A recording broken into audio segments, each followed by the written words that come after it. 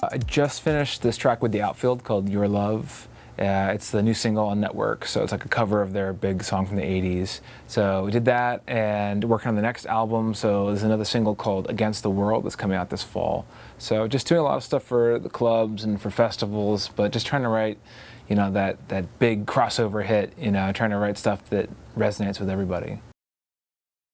I think it took about 10 minutes to decide. I said, you know, I was really struggling with these other monitors that were actually more expensive, and it just took 10 minutes, and I said, all right, I think I got a decision, you know.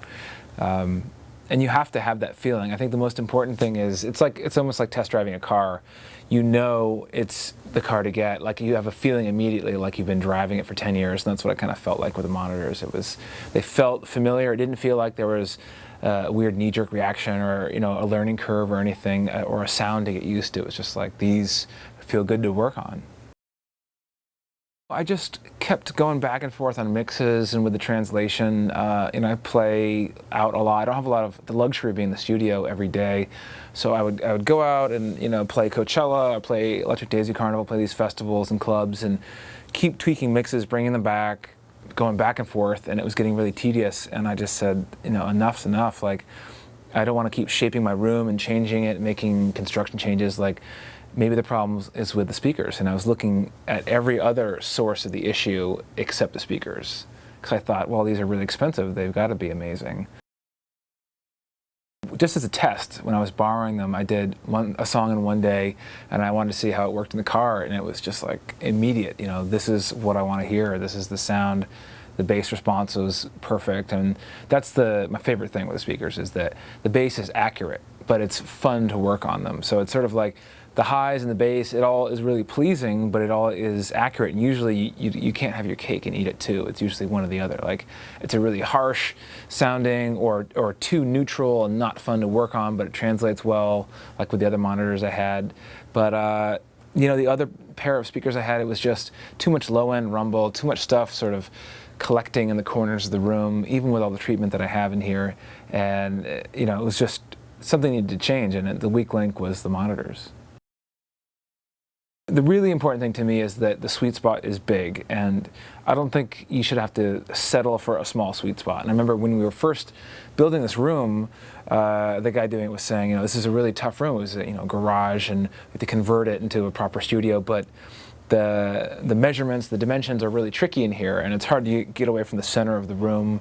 And you know, you just have to like find a way to make it work. And with the old speakers, I could fall off axis with the monitors and get out of the sweet spot really quickly, just by leaning back in my chair, moving my head down.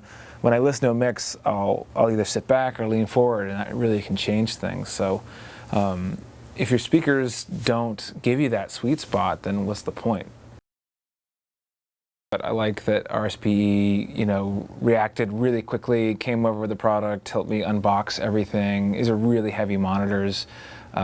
And helped me get rid of my old monitors quickly. You know, I wanted to just move on and you know, start working with a product that immediately that worked and did what I needed to do. So that's important. You know, I think you got to have people that are reliable. You call them up, they answer the phone, and you're not playing run around. You know, catch up with people. There's tons of stuff coming up that I'm working on. You know, a new album for Network Records. There's a 3D tour that I'm doing, which is going to be crazy. It was the visuals that Michael Jackson was developing, this visual technology. So really immersive 3D environments.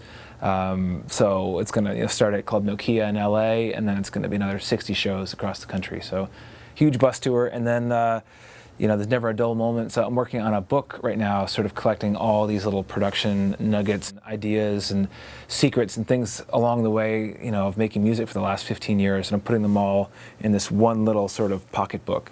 And it's going to be really cool. It's been a lot of work, a lot of research, but you know, people want to see some of the early tips and tidbits. There's a Twitter account. It's at MP Quick Tips, like Morgan Page Quick Tips. So check that out. There's like daily production tips on there.